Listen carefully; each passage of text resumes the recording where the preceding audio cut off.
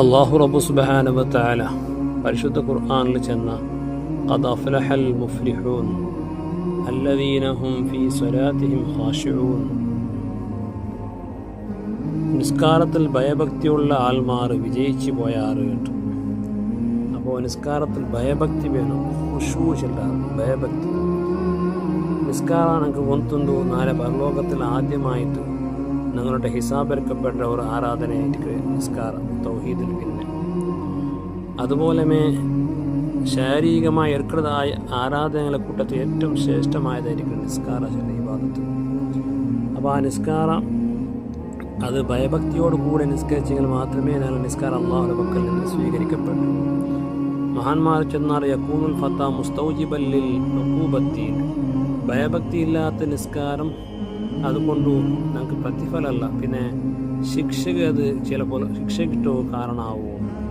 അപ്പം അത്രത്തോളം പിന്നെ ഭയഭക്തി നിസ്കാരത്തിൽ ഖുശൂ കൊണ്ടുവരുവാൻ പ്രയത്നമാക്കും.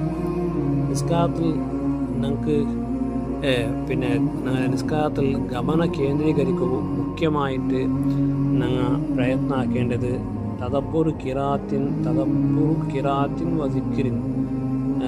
ഞങ്ങൾ നിസ്കരിക്കുമ്പോൾ ഓതുന്നതായ ഖിറാത്ത്, ഫാത്തിഹ, സൂറത്ത്, അതുപോലെ ചിലതായ ദിക്ർ, ഇതിലെല്ലാം അർത്ഥം ചിന്തിച്ചിട്ട് ചെല്ലവും ഞങ്ങൾ എന്താക്കും പ്രയത്നമാക്കും. അതിൽ ചെയ്യപ്പെട്ടൊരു അർത്ഥങ്ങൾ ഞങ്ങൾ പഠിച്ചു വെക്കണം. അപ്പോൾ ഞങ്ങളെ ഗമന ആ അർത്ഥം ചിന്തിച്ച് ഓതുമ്പോൾ ഞങ്ങൾക്ക് വേറെ ഗമന പണ്ടില്ല. മുഖ്യമായിട്ട് നിസ്കരിക്കുമ്പോൾ ഞങ്ങൾക്ക് രണ്ട് പിന്നെ ചിന്തയായിരിക്കും പണ്ട്. ഒന്നും കഞ്ഞു പോയ കാലത്ത് കുറേ ഇങ്ങനെ നെനപ്പോടും, അല്ലെങ്കിൽ പണ്ട് ഫ്യൂച്ചറിൽ കുറേ വിഷയം ഇങ്ങനെ അങ്ങനെ ആക്കണം ഇങ്ങനെ ആക്കണമെന്നെല്ലാം പണ്ട്. വാസ്തവത്തിൽ ഇത് രണ്ടും ഞങ്ങൾ നിസ്കാരത്തിൽ ചിന്തിക്കുന്നത് വെറുതെ ആയിരിക്കും. കാരണം കഞ്ഞു പോയത് കലതുപോದ കാലಕ್ಕೆ ಚಿಂತಿಸಿ ಫಲವಿಲ್ಲ ನಂಗೆ കേട്ടത്. കഞ്ഞു പോയത് പോയിട്ട് അതിന് വെറുതെ ചിന്തിക്കണം. ഇനി പണ്ടത് ഫ്യൂച്ചറിൻ്റെ വിഷയം ഞങ്ങൾ വെറുതെ ചിന്തിക്കണം. കാരണം എന്തേ പണ്ട ഓരോ കളിയും അത് അള്ളാഹുടെ കയ്യിലായിട്ട് കിടേ.